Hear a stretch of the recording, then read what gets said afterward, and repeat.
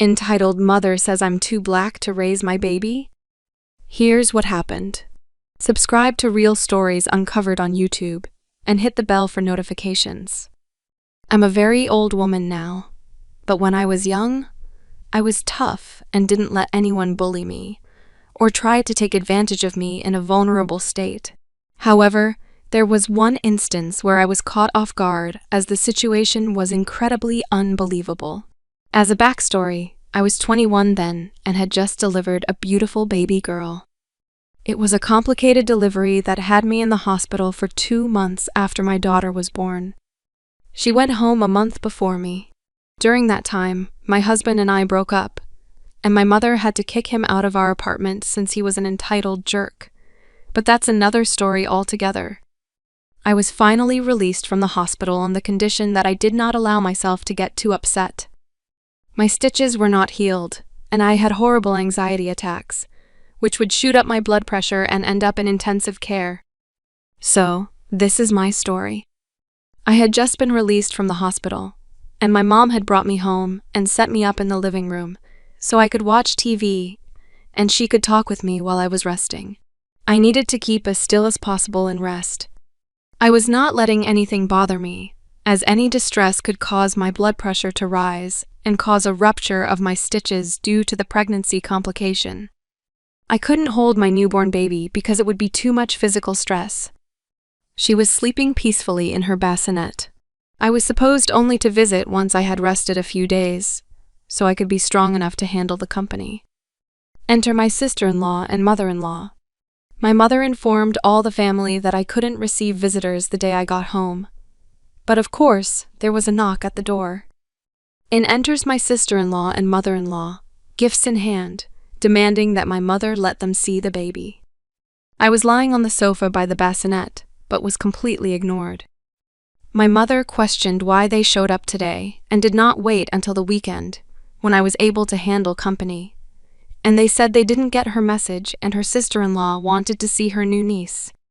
She was only in town for a few days and wouldn't be around by the weekend.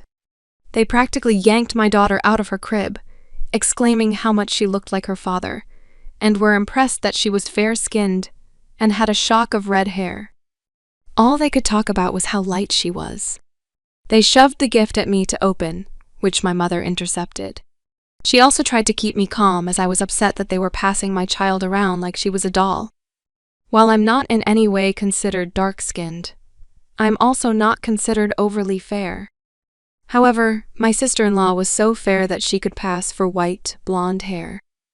My husband's family is notoriously color-struck, i.e., they favor light-skinned members of the family. Since my sister-in-law was very fair, she felt she was far better than anyone else, and that was how she raised her daughter. These facts led to this exchange. She's so beautiful. She looks just like me. What? She would be better off with someone who resembles her. What the hell are you talking about? You're just not the right person for the baby. The baby would be better off with your sister-in-law. She knows how to raise a baby the proper way. I get angrier every moment. Please put my baby back in the bassinet. You want your baby to have a wonderful life. She would have a great life with me. My mother and I didn't like where this was going, and my mom went to take the baby from my sister-in-law's arms to put her back in the bassinet. But my sister-in-law held the baby tighter and exclaimed, "You don't deserve the baby. You're two to care for the baby. I'll take her back home with me. You can visit her now and then if you like." My blood boils, and I nearly jump off the couch to go after this woman.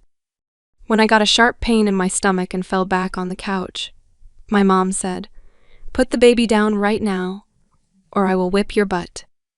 At that, my mother snatched the baby from my sister-in-law's grip and put the baby back in her bassinet. She then grabbed my sister-in-law and escorted her out of our apartment. All the while, my sister-in-law called me names and said that the baby probably wasn't mine, which made no sense. At this point, my mother-in-law was quiet and followed my sister-in-law out. I want to say that that was the last I saw of her, but it wasn't. She contacted my little girl when she was much older, around 9, and informed her that she would have had a much better life if she had been with my sister-in-law. My kid already knew about the incident from my mother and just politely ignored my sister-in-law's remarks.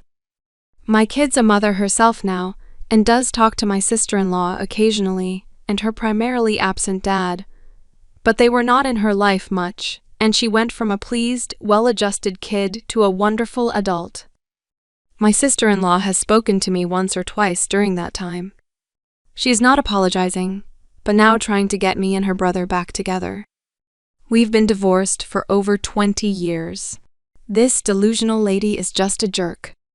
Yeah, this one is unbelievable to hear. That someone could say those words to someone. That has to be one of the most disgusting things I've ever heard. I do wish there was some happy ending here, though. From the context, our original poster just had to sit there and take all of this, and there appeared to have been no actual repercussions to this sister-in-law's horrible mentality. I want to think that karma's cooking something up out there in the universe. This is a case it needs to address. When you subscribe, hit the bell to turn on notifications. Put the playlist in the background to finish listening to all the stories linked at the top of the description. Thanks a lot for watching, and we'll see you guys next time.